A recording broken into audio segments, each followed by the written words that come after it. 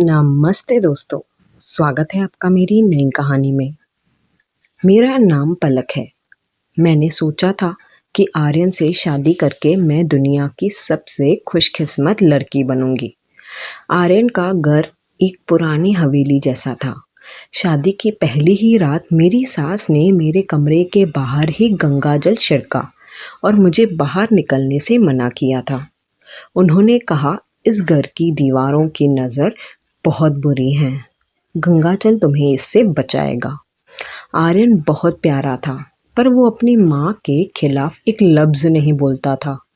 एक दिन मैंने स्टोर रूम में एक पुरानी संदूक देखी। उसमें 3 लाल जोड़े रखे थे, पर तीनों फटे हुए थे और खून से सने हुए थे। हर जोड़े एक साथ एक नाम था। जब मैंने आर्यन से पूछा तो वो गुस्से में वहाँ से चला गया। मैंने जाना कि इस घर में मुझे पहले भी 3 लड़कियाँ आई थी, बट वो कहीं गई कहाँ। रात के 3 बजे मुझे बेसमेंट से घुंघरू की आवाज़ आई। मैं डरते डरते नीचे तो गई, देखा कि मेरी सास वहाँ बैठी रो रही थी और एक पुरानी तस्वीर को माफ़ी मांग रही थी।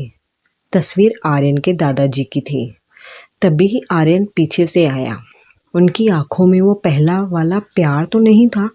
उसने कहा, पलक, हमारे खानदान की परंपरा है, हर बहू को थोड़ा दर्द सहना पड़ता है। मैं ये सब दृश्य देख के हैरान थी।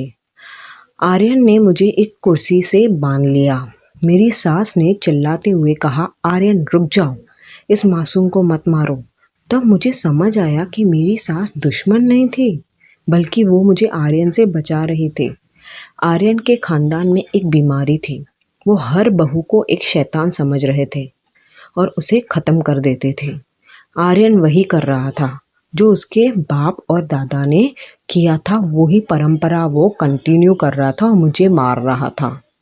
मैंने सास की मदद से किसी तरह अपने आप को छुड़ा लिया।